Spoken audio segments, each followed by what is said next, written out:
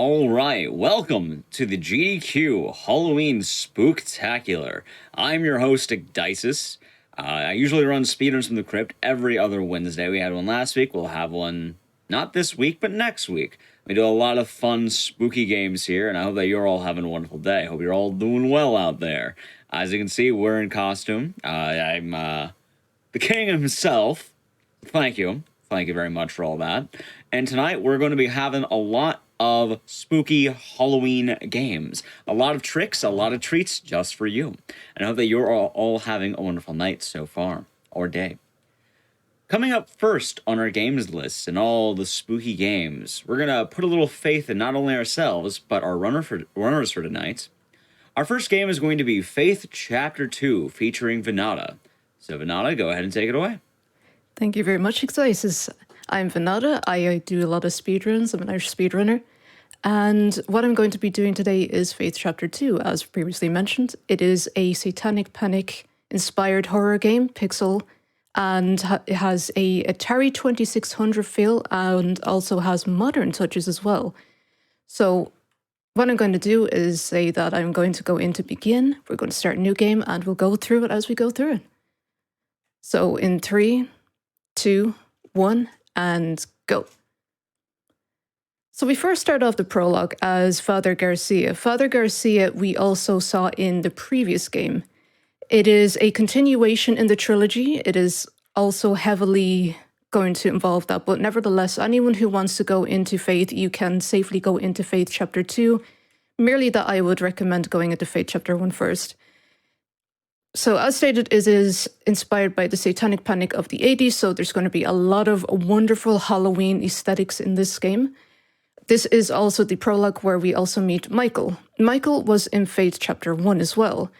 However, not much of a background was given to him. This one kind of gives us a little more of an insight into what happened to him, how he came to be the individual that we saw in Faith Chapter 1. We just have to actually use our crucifix as we have done so in Faith Chapter 1. A lot of the tricks and whatnot we continue in this game as well. So as we can see, Michael has actually escaped. We were trying to exorcise the demons from him. Unfortunately, it did not work, and we just have to see what actually became of him.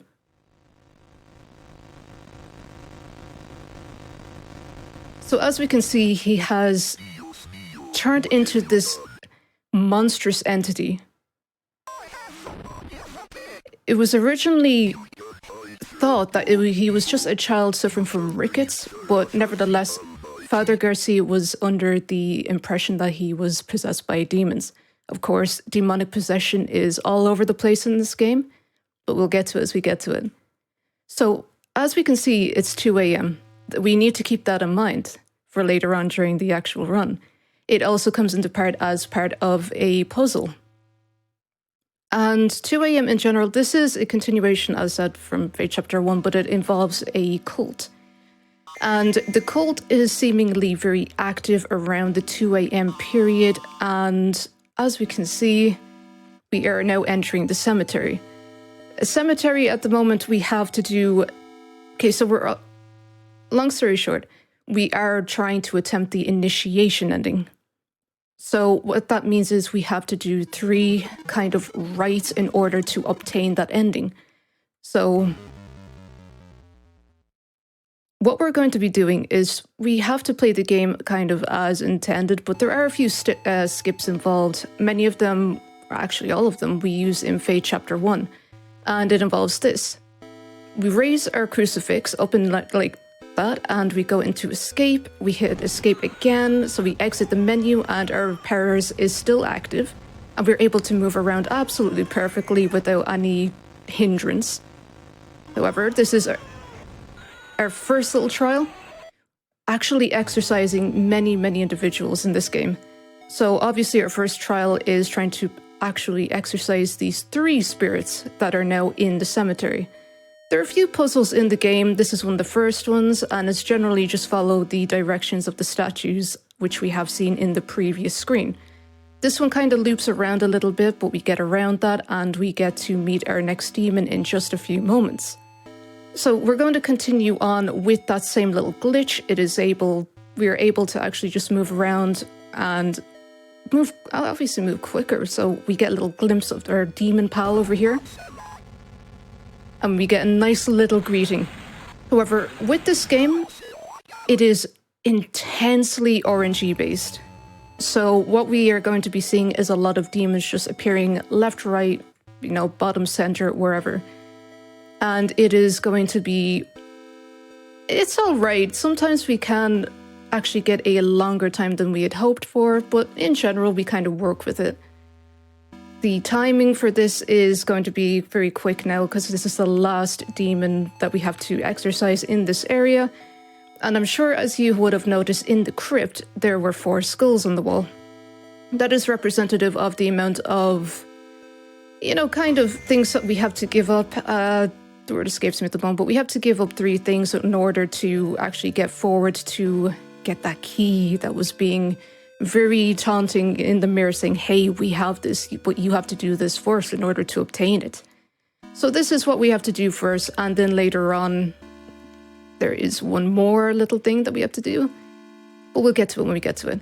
There's a nice little skip here where we just raise our crucifix, and we hear that sound that we're actually injuring the demon there. That happens during cutscenes, which is absolutely fantastic in this. So we were able to take that demon out relatively quickly so that we can head back to the crypt where we initially saw the 3 little entities escape the bodies that were in here. However, they are now gone. And this is the last sacrifice. We have to give up our eye in order to obtain the key. So, as previously mentioned, we do have to do kind of a couple of rites to obtain the ending in which we want, which is ending 3, initiation. This is the first part. It's in the README file in the actual download folder for the game, where it's just like, hey, go back to the pentagram. It's a little, like, meta thing that is involved with this. It's even in Fate Chapter 1, just README notes contain little things that help you achieve these secret little endings. This is the longest one that is actually in the Faith Chapter 2 categories in total. So we're going to make a spooky little pentagram here.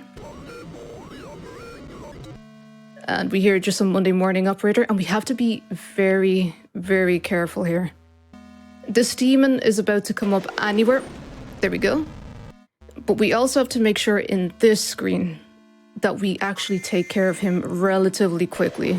Because if we don't, and because he can jump out anywhere at us, he can potentially crash the game. Oh. So, furthermore, when we exercise that guy 3 times and he drops a note, we need to make sure that he drops the note before we continue on to the next screen, because otherwise he kind of respawns and continues following us. And he will follow you until you actually do murder him outright. So now that we've taken care of him, thankfully we don't actually have to worry about it, and we can continue on with our merry, wonderful little day.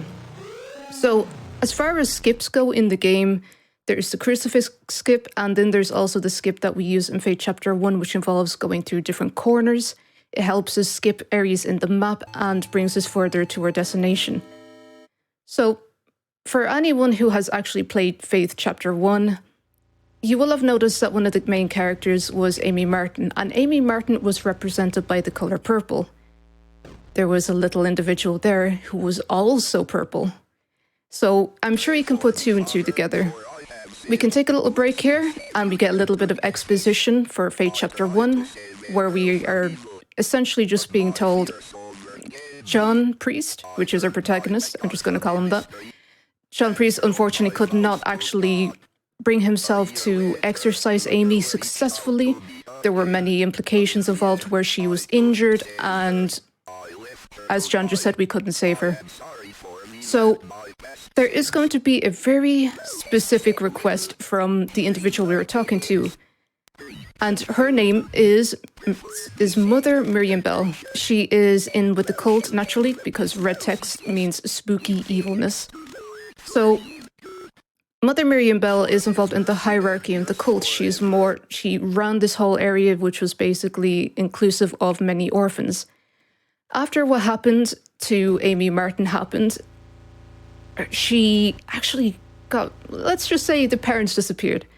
But however, the two siblings, which was her brother, Jason and Nate, I believe, they unfortunately had to go into the orphanage, which was here, very nearby to the actual area where the exorcism took place.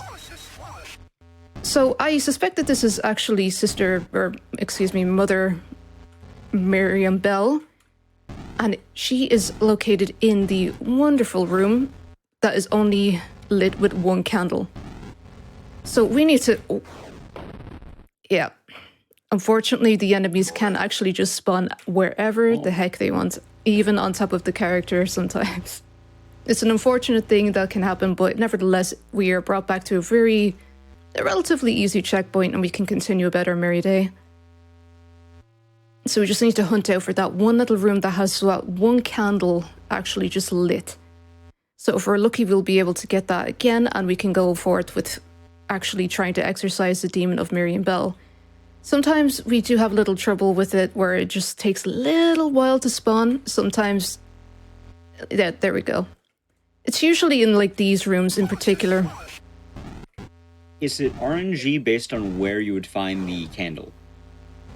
Where do you find the candle? That's where she's going to be located. However, it is completely random which room that one little candle spawns in. And we got very lucky there, actually. But Mother Miriam Bell, even in Tales, when there was... she calls us a heretic, and we're just... Yeah, whatever. But Mother Miriam Bell was initially in this area taking care of the orphans, including either Nate or Jason. It's unclear which of the siblings is actually here. But we take one of them anyway, and unfortunately, because we couldn't save Amy Martin, what we're doing here is essentially finishing off the job. We're going to be taking one of her last surviving sibling and taking over to this confession booth. Mother Bell was like, hey, just give me the child, that's your penance. So we're going to go in here. And we're going to fight this demon. Now, for anyone who has actually played Faith Chapter 1, you will know that there's actually a little secret area involved with a mirror in the house. And in with that mirror, this demon is actually there as well. It's a nice little kind of Easter egg. And yeah, she can be a little bit tricky now and then, because the enemies can just spawn absolutely anywhere. It's very RNG based. But nevertheless, we are actually doing quite well. Almost. So that's phase 1. There's like 3 phases in total for this actual boss battle. But after that, we just kind of pick up a note and we go about what we have to do next. Of course, this is just for the specific initiation ending. In other endings, you do not have to do this whatsoever, and it is ultimately a shorter run. However, I really enjoyed this actual ending. So this is the note that is dropped. We just leave, and then we just, poof, we're magicked outside the confession booth. It's like nothing ever happened whatsoever. So, as we could see earlier, there was this staircase in this next area that was closed off initially. When you get rid of that initial demon, it opens up. We didn't, like the original routes, you don't need to worry about opening this. This is the second puzzle. So going back to where it said it's 2 a.m., when we actually woke up in that little, nicely shaped pentagram area, the cult, for whatever reason, they are seemingly active at 2 a.m. That's when their clock actually starts. So therefore, we start at 2 o'clock with those symbols, and we go on, and we just actually magically get through. The problem is, if you don't do it correctly, the unspeakable actually comes around. And the unspeakable is the cult's demon lord, let's just say. He is the ultimate one in the cult. And now we just have to go inside here. These are the 3 individuals that we saw in the crypt very early on. And from here on out, we do have to button mash a little bit through here. It gets very spooky, as you can see.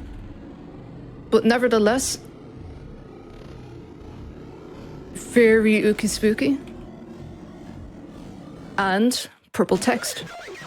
The purple text obviously representing Amy Martin. Amy Martin is in the top right, and then the 3 individuals that we saw in the crypt surrounding us and doing a very unknown actual... It's very unknown what they actually do in terms of what the right is. However, we did use those corner skips just there, like we did in Faith Chapter 1, in order to get from the Amy Martin household to back at the base where the car is. So this area here is very, very, very important to getting the initiation ending. If you fail this area, the run is over. If you let any of those people actually run off the screen, that's it. Goodbye to the run and you have to start over. Thankfully, we've gotten them. They've somehow disappeared, but we're not going to question it. We're going to keep on continuing on into Candy Tunnel here. Candy Tunnel is actually a reference to a puppet combo game. I can't remember which one, but it's a nice little thing. So right now we're going into the sewers. If you're doing a casual run, where it says aquí or here in English, there's actually a little note with lore there. So you can check that out if you're doing casual run. And the same thing if you were actually doing casual run and you're in that demonic form. Let yourself die and you will actually see a new and very warped text more to screen. It's very interesting just to have a look at. However, Satan lives, all hail his silky goodness.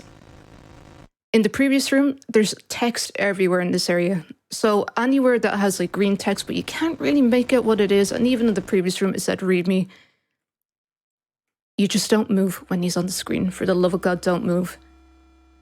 If you move when he's on the screen, he will actually kill you. He's just searching for mother, however. So it's just like, don't move, let him look at you, and you're absolutely fine.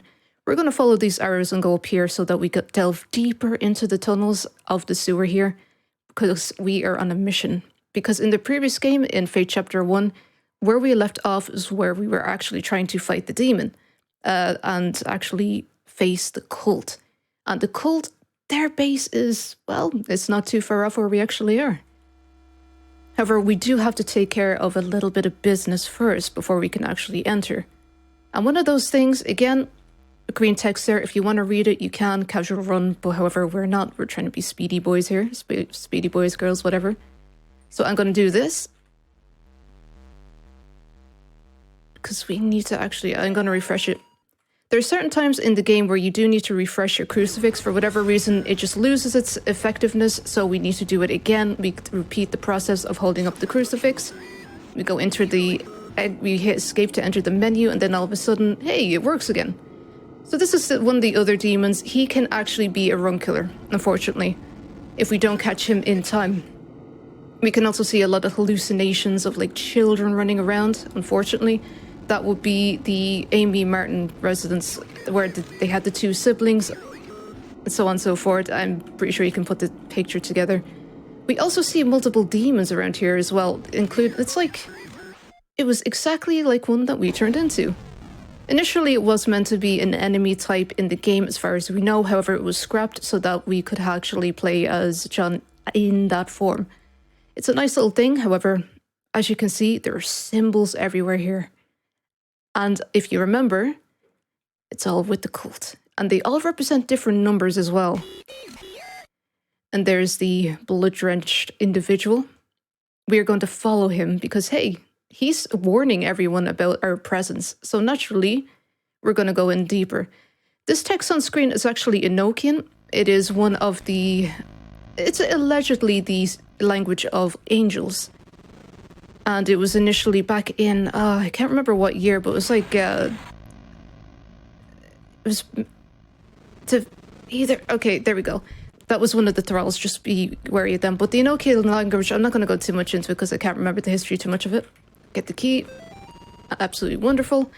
But it means in English, or in Latin, Domus Malphus, and then converted into English, it means abode of Malphus. Malphus is a demon who is second in command to Satan. He also has a rather bird-like appearance among other kind of animalistic forms as well attached to him. And that is part of the cult, one of the demons that they actually worship. And then up here you see Levi's depiction of Baphomet. We're going to continue forth in here.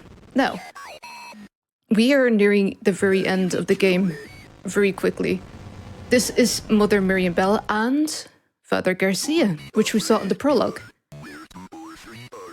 So he's going to explain what we are going to be doing in the next area.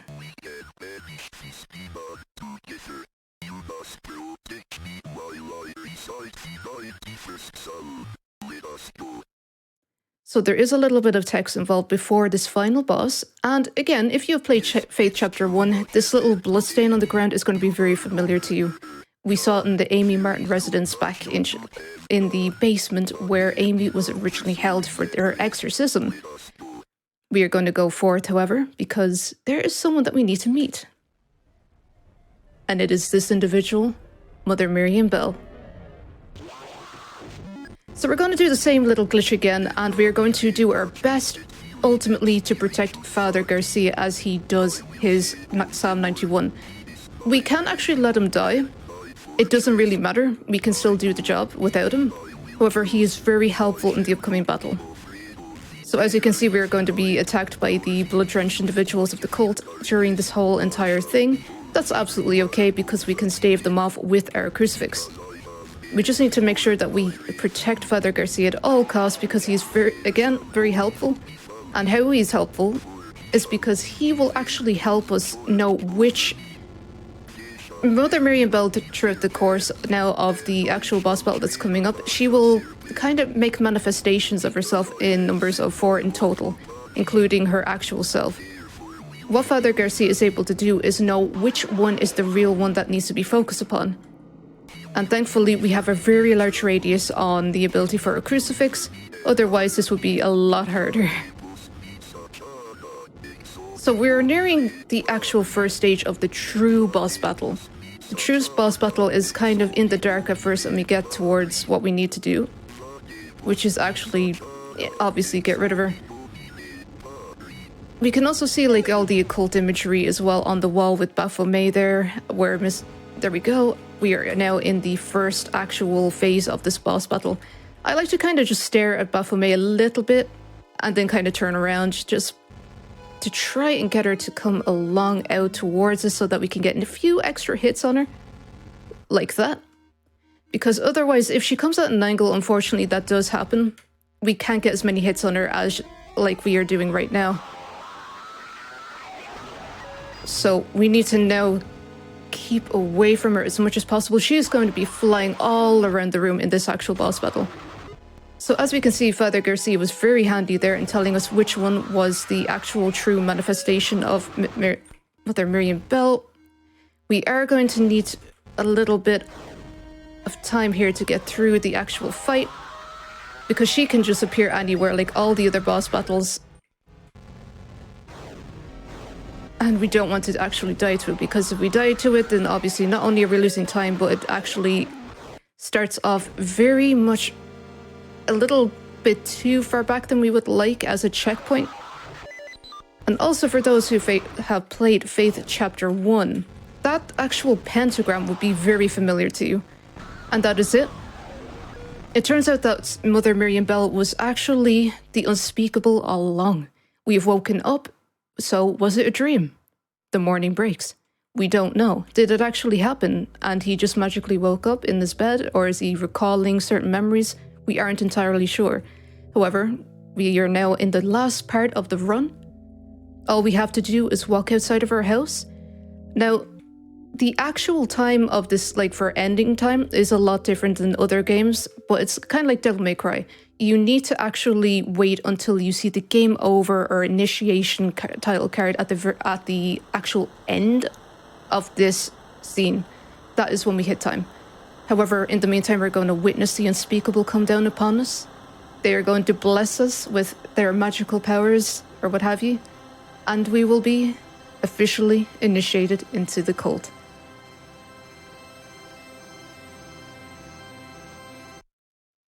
Time. So that is it. That is our game absolutely entirely. I'm not actually sure what time that is, but hopefully it was a good one. And so, winners don't do drugs. Obviously, there's a little title card from back in the 80s that you get as well. So I'm going to pass it off to you, Ecdysis, for any thoughts. I liked it. It was a very, very just, what's the word I'm looking for? I don't feel confused. It was all very straightforward, very fast paced, very fun to watch. A lot of crosses being thrown around there. Yeah, very much so, yeah. And I actually have a few questions for you and a few things in general. One, I want to say thank you for doing the Faith Chapter 2 run. I like watching the initiation and all the exorcisms. But two, if you want to give any shout outs right now, do you have any? I'm just going to give out a massive shout out to the Faith speedrunning community and anyone who's actually been supporting me as well. I really truly do appreciate it. This has been a wonderful, because I only entered speedrunning a couple of months ago, actually, about 8, 9 months ago. Everything has been just so wonderful. The speedrunning communities have been absolutely fantastic, and there's something more that I can actually ask for. So I'm going to leave it there, quite actually. Yeah. All right. Next question. If anyone wanted to check you out on Twitch or anywhere else, where can they find you? If you want to find me on Twitch, that will be twitch.tv/Vynnada. If you want to find me on other platforms such as Twitter, Instagram, it is the same alias as well. And yeah, that's basically where you can find me. All right. And then lastly, this game is actually a little bit special because I know, you're part of the planning and all that for this Halloween hotfix. But we found out last night or yesterday that you'll actually be running Faith Chapter 2 at AGDQ. Yes, I have actually managed to get into AGDQ, which has been absolutely fantastic, where I will also be running this game. Hopefully, even better than tonight, hopefully. Yeah. Yeah, for one, I want to say big congratulations. And two, I'm pretty sure plenty of people are excited for it. So I hope that you were excited as well. And I hope you're feeling good about that. I just want to give you a massive props because it's neat to kind of have a game show up here and then also like, oh, hey, you're actually be doing it here too. Yeah, it was actually a shock to me that I got in, but I'm forever thankful for that. And also congratulations to you too, because I saw that you got in as well. That's true. Thank you very much for that. All right. Well, that being said, we're going to start preparing for our next game in the showcase. We have a lot of fun games tonight, a lot of fun stuff. However, we'll be taking a quick wellness break. This is time to stand up, touch your toes, stretch your legs, do what you need. We'll be preparing for the next game, so I recommend doing all of that. As well, GDQ Some of Best Segments is now launched on YouTube. It's a highlight channel with regular videos like our main channel, both small highlight reels for all our main events and hotfix. That being said, we're going to be right back